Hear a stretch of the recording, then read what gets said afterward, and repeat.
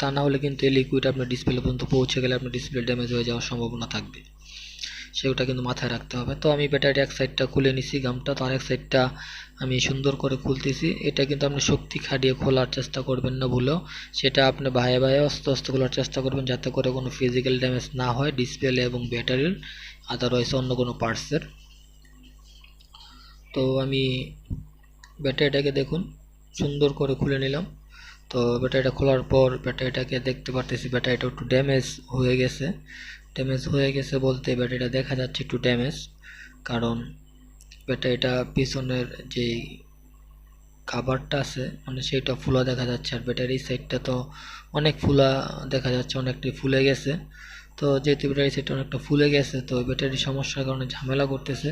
তো আমি আমার কাছে একটি নতুন ব্যাটারি আছে, তো নতুন ব্যাটারিটাকে আমি ফোনটাকে ওপেন করে দেখবো যে সব কিছু ঠিকঠাক আছে কিনা, আর ওপেন করার পর ফোনটা ঠিক মতন চলে কিনা কিংবা কোনো ঝামেলা করে কিনা ব্যাটারিতে, আদারওয়াইজ অন্য কোনো সমস্যা আছে কিনা সেটাও আপনাদের সাথে শেয়ার করব। ভিডিওটা আপনারা দেখতে থাকুন। তো আমি এখন নতুন একটি ব্যাটারি যখন খুলে মানে বক্স থেকে খুলে লাগালাম, লাগানোর পর ফোনটা কি ঝামেলা করে কি সমস্যা করে সেটা আপনার সাথে শেয়ার করব। মূলত কি ঝামেলায় আমি পড়েছিলাম, কি সমস্যা আমি পড়েছিলাম, কিভাবে সেটা সমাধান করলাম, সেটাই হচ্ছে মূল কথা। তো সেটা আপনার সাথে শেয়ার করতে চাচ্ছি। আপনারা ভিডিওটা দেখুন প্রথম থেকে শেষ পর্যন্ত, ভিডিওটা আপনারা দেখেন, তাহলে ইনশাআল্লাহ আমি বলতে পারি আপনারা এখান থেকে কিছু শিখতে পারবেন। তো আমি ডিসপ্লে রেবন লাগিয়ে নিলাম লজিকে।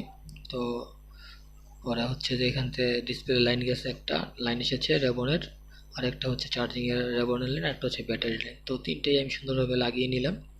লাগিয়ে নেওয়ার পর এখন আমি ফোনটার কভার লাগিয়ে নেব, কারণ নতুন ব্যাটারি ফোন সমস্যা করবে না।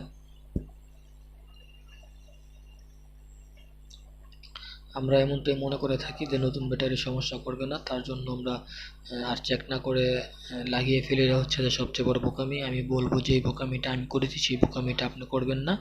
আপনি অবশ্যই সব কিছু শিওর হয়ে চেক করে তারপরে আপনার ফোন সেট আপ কমপ্লিট করবেন, আই মিন লাগানো কমপ্লিট করবেন, মানে এই উপরের কাভার টাভার আদারওয়াইজ ইত্যাদি সব কাজগুলো।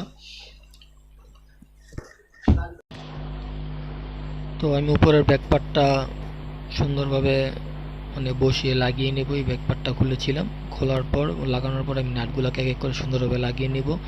আর এদিকে আমি ফোনটাকে ওপেন করছি, ফোনটা ওপেন হচ্ছে। ফোনটা ওপেন হতে হতে আমি এদিকে আমার কাজ যতটুকু পারবো গুছিয়ে নেব। মূলত আমার ভুলটা কোথায় সেটাই আপনাদের সাথে শেয়ার করব। আর ভুলটা যদি আমি শেয়ার করি, ভুলটা যদি আপনারা দেখে নেন, তাহলে ইনশাআল্লাহ আপনাদের নেক্সট টাইম এমন কাজ করতে গিয়ে আপনারা সমস্যায় পড়বেন না। তো যাই হোক, তো আমি এক এক করে আবার নাটগুলোকে লাগিয়ে নিচ্ছি, কারণ এই ব্যাকপার্টটা আমি খুলেছিলাম কাভারটা। তো এটাকে আমি সুন্দর করে এক এক করে নাটগুলোকে লাগিয়ে নিচ্ছি, আর ফোনটা অলরেডি চালু করেছি। যদি সব কিছু ঠিকঠাক থাকে ফোনটা চালু হয়ে যাবে। আর তো আপনারা দেখতেই পারছেন যে আমি কি করছি, নাটগুলো লাগাচ্ছি। তার সমস্যাটা কি হয় সেটাও আপনার সাথে শেয়ার করব। মূলত মূল সমস্যাটা আমি কি হয়েছিল, সমস্যা আমি কিভাবে পড়েছি, আর সমস্যাটা কীভাবে সমাধান করলাম, এটাই কিন্তু মূলত আসল কথা। তো আমি এক এক করে নাটগুলোকে লাগিয়ে নিলাম। তো ফোনটা কিন্তু অলরেডি আমি চালু করেছি, ফোনটা এখনও প্রপারলি চালু হলো কি না কিংবা সব কিছু ঠিকঠাক আছে কিনা কিন্তু চেক করিনি। তো যদি ঠিকঠাক না থাকে তাহলে আবার এই কাভারগুলো আমার নাটগুলো খুলতে হবে, এই উপরের ব্যাক কাভার এই পার্টটা আমার খুলে আবার কাজ করতে হবে, আবার একটু সময় বেশি লেগে